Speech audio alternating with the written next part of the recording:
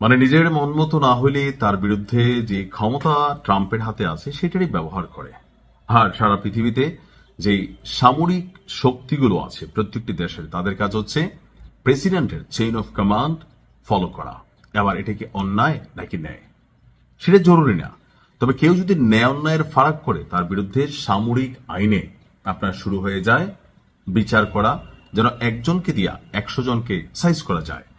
তো ইরানে অভিযান চালানোর পর নতুন এবার আরেকটা দেশে, যে ইরানের অভিযান কমপ্লিট করার পর আমেরিকা আরেকটা দেশের বিরুদ্ধে অভিযান চালাবে, তাদেরকেও আগে আগে হুঁশিয়ারি, অ্যাডভান্স ভয়টয় বা ইরানের পরিণতি খেয়াল করানোর মাধ্যমে একটা কি বলা উচিত, যে ধরেন মানে প্রি মাফটাফ চাইয়া নিজেদের রাষ্ট্রকে বাঁচানোর জন্য একটা ভূমিকার কথা বলা হচ্ছে। তো অনেকে আমরা মনে করেছিলাম যে মধ্যপ্রাচ্যের কোন দেশ, কিন্তু আমার ক্যালকুলেশন প্রথমে বলছে মধ্যপ্রাচ্যের দেশটা, দেশটির নাম হচ্ছে কিউবা। মার্কিন প্রেসিডেন্ট ডোনাল্ড ট্রাম্প এই মুহূর্তে নিজের সম্পূর্ণ মনোযোগ ইরানের উপর রাখতে চাচ্ছেন বলে জানিয়েছে ট্রাম্প। তবে ইরানের সরকার উৎখাতের পর, অর্থাৎ ইরানের যে সিস্টেম সেটাকে শেষ করে দেওয়ার পর যুক্তরাষ্ট্রের পরবর্তী টার্গেট কোন দেশ, মার্কিন সংবাদ মাধ্যম সিএনএন এর তথ্য অনুযায়ী বা প্রতিবেদন অনুযায়ী ট্রাম্প সেই পরবর্তী দেশটিকে টার্গেট করেছে কিউবা। সিএনএনকে মার্কিন প্রেসিডেন্ট বলছে যে কিউবার খুব শীঘ্রই পতন ঘটতে যাচ্ছে। তবে বর্তমানে ইরান আমাদের প্রায়োরিটি লিস্টে আছে, আমাদের হাতে প্রচুর সময় আছে। ফিদেল ক্যাস্ট্রোর নাম নিশ্চয় অনেকে শুনেছেন, কিউবার প্রেসিডেন্ট ছিলেন ঝুকাঙ্গানি সালাস্টাইলে থাকা আরেকটা জগতের লোক। তো ফিদেল ক্যাস্ট্রোর পর কিউবাতে যারা রাষ্ট্র ক্ষমতায় বসছে খুব বেশি শক্তিশালী ছিল না, বাট বর্তমান যে সরকার তারাও আমেরিকার কাছে মাথা নোয়াচ্ছে না। আর আমেরিকা মনে করছে আমার নাকের ডগায় বসবাস করতেছো, এত পিছিয়ে একটা দেশ, ইরানের পরিণতি দেখতেছো না, তোমরা ভাই নমনীয়তা পোষণ করতেছো না, আরো পাঙ্গা পাঙ্গা কথা বলো।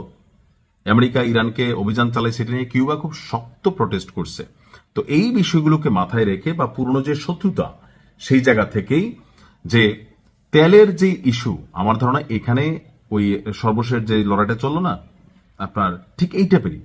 এখন ট্রাম্প বলছে যে কিউবা একটা চুক্তি করতে চাচ্ছে, তাই আমি মার্কোকে অর্থাৎ রবিওকে সেখানে নিযুক্ত করতে যাচ্ছি এবং দেখব তা কিভাবে কাজ করে। এটি সরাসরি সম্পর্কিত নয়, তবে কিউবারও পতন হবে।